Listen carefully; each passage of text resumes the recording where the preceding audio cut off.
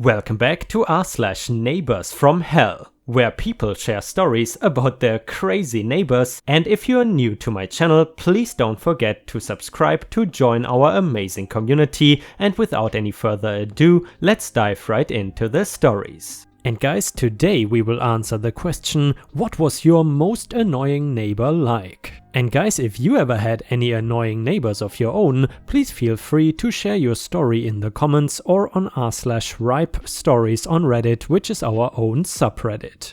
And the first one starts like this. They were a pair of 80-somethings who were sister and brother. They lived in the apartment below me in a duplex home, and the landlords despaired of what they were going to do when they finally died because their place was like a cave of old people's stuff. The sister cooked in their dark kitchen with lots of oil that had been spattering everywhere for years, so it seemed like there was a fine, sticky yellowish brown film of oil on everything, which then picked up all the dust, so basically if you had allergies it was the last place you wanted to be invited to. No matter what it was in their place, if it didn't smell of oil, it smelled like pipe tobacco and other musty stuff. They decided I was going to be their replacement daughter, which sounded nice when the brother said he would happily take out my garbage, but then I found out that they were also going through my garbage after I went to work because they started commenting on what I was eating and drinking.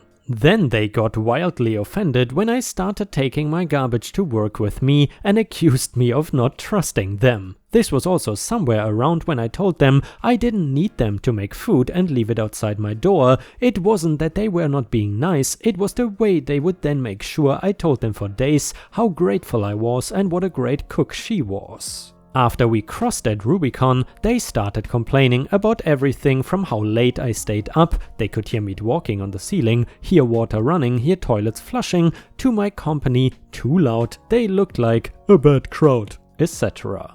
They whispered about my private life to the neighbors, finding wine bottles in my recycling, and generally made themselves a super PITA. I lasted 18 months there and realized why the landlords couldn't stand them. Apparently they did this to every normal tenant who moved into the other unit, but because of their age and because they paid their rent, etc., they couldn't be evicted. Really, the worst neighbors ever. Rest in peace, they probably died easily 20 years ago. And the next one had an old lady living across from the back of my apartment, really sweet, made jams and salsas for people and handed them out to tenants. Everyone thought she was great.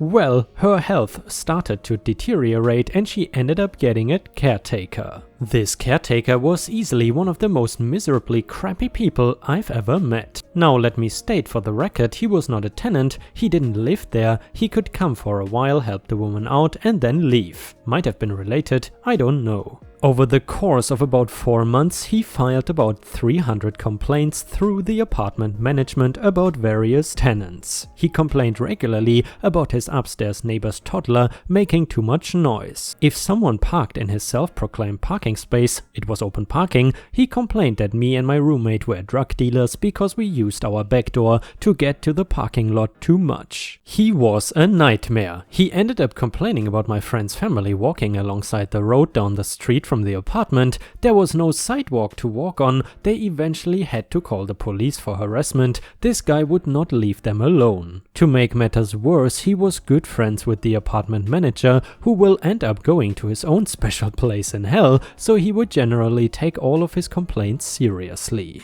He complained once to management that I was naked with my fiancé in the living room. That was honestly pretty funny. The manager's face when he talked to me about it, since it is not illegal and the guy should have been minding his own damn business in the first place. We had the blinds mostly closed, so unless you walked up to the window, you wouldn't have seen us. My friend's family moved out, our neighbors to our side moved out, we finally moved out. Never before have I wanted to slash someone else's tires so bad, then he could have kept his damn parking spot. And the next one, I lived on an AF base many years ago, and I suppose guys that is some kind of army base. The houses were basically duplexes with 4 houses attached, quadplex. I was on the end, so I thought I was lucky to only have one neighbor. Wrong. The father was a screamer and yeller. He yelled at the top of his lungs about everything. His meth head wife would wander around the neighborhood and let her 5 kids roam free. As you can imagine, the children were not well behaved. They also screamed at all hours of the day and night, easily heard through cheap housing walls. They would ride their bikes in my driveway, which I would normally have no problem with, but they would crash their bikes into our cars instead of using the brakes. They smoked in their house, so the smell naturally permeated through into my house. Nothing was ever done after several complaints. When they moved because they got orders to another state, the housing office people came in and were appalled at the damage this family had done to the house. They had to get ServPro out to clean up the smoke, food and human poop that had accumulated. The housing office told me in passing that it was upwards of $30,000 in damage at least. No idea what happened to that family, but after the house was all cleaned up, a new family moved in and they were awesome. And guys, if you have watched until here, please don't forget to post some star emojis in the comments if you enjoy my content. Thank you very much in advance, and in case you are wondering, star emojis, if you have a phone, are sort of the sign of our community and people usually post it in order to support my channel. Thank you so much.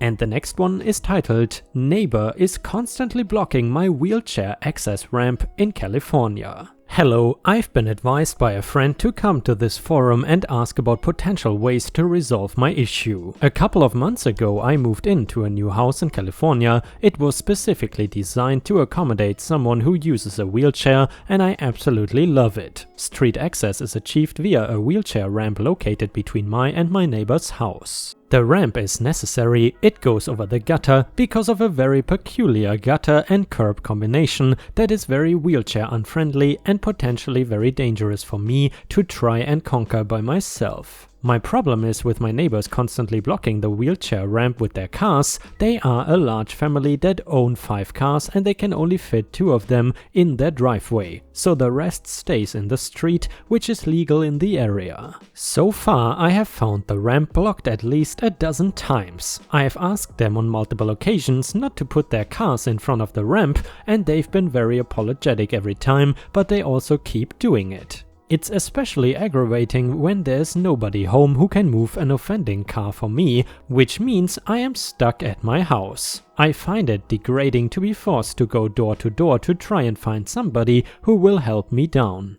On 2 occasions I've also had to call for help because I was blocked from getting back into my house. Is there any way I can ensure that this will never happen again? I would rather avoid conflict with neighbors, but I feel like they are really trying my patience on this issue. Any advice is appreciated. And a user in the comments said, contact the city, they can mark out a no parking spot and then you can have parking enforcement tow if they continue to park there. Another user suggested, document every time it happens. If they really care, they would stop doing it. Looks like a call to the police might be useful. And now the update to the neighbor constantly blocking my wheelchair access ramp story. Hello, so since I'm currently sitting in a car still a couple 100 miles away from home, this is as good a time as any to tell you guys what's been going on. Following your advice, I contacted the authorities to have the area around the ramp marked out as a no parking spot. They were not able to help me since the street is owned by my neighborhood's homeowner association. Now, my house is one of the few in the area that is not part of that organization, but I decided to contact them anyway. The president turned out to be a wonderful lady who was of immense help to me. She helped resolve the parking situation by designating the area around the ramp as a no parking spot.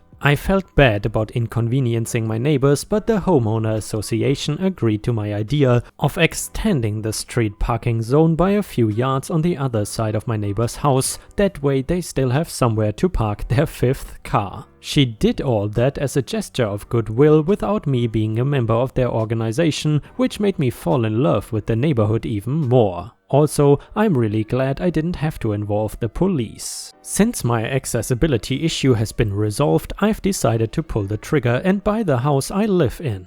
I'm currently in the process of finalizing the purchase, which is taking slightly longer than usual due to a complex ownership situation, but still at this point my estate agent is assuring me that there should be no more roadblocks, which makes me really happy. Once I am the owner of the house, I am planning to join the HOA as well. I've also been asked to become their accessibility consultant to help make sure all of their future projects are wheelchair friendly, which is a huge honor to me and makes me confident that this is the right place for me. On top of all that, I've reached an agreement with the homeowner association and 2 other couples to build a second ramp a little further down the street and split the cost between all of us. Every party, including the HOA, will be covering a quarter of the price, and we have a promise that this time a no parking spot will be marked out immediately. The project is set to begin once the purchase of my house is finalized. Thanks once again for all your help. What started out as a nuisance has become a fantastic adventure that reassured me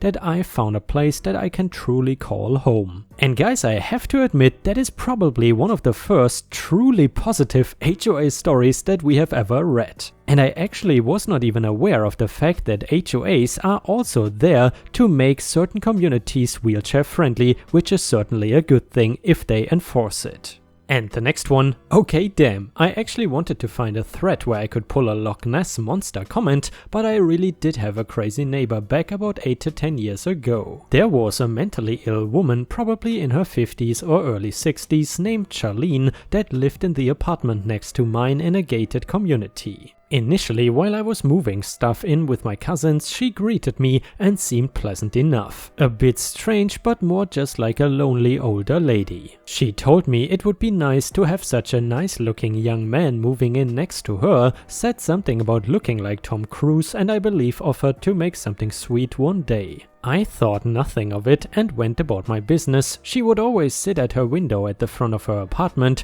which looked into a courtyard or part of the complex would all pass through going to our cars or back to our apartments. It happened over the course of 4 months maybe, and began with her banging on her wall, which I believe was her living area, that connected to my bedroom. I thought that maybe at some point I had music too loud, though I always kept my bass off, and I thought I was mindful enough of it, so I just shrugged it off. When my mom came to visit a few times and when I would come back from university or head out in the mornings, Charlene began yelling obscene things from her window. A lot were at me or my mother, but sometimes she would yell at other people walking past or a parent pushing a child in the stroller. She would call me a bastard and my mother a harlot, tell other people to F right off, call some heathens, and just random bad crap behavior.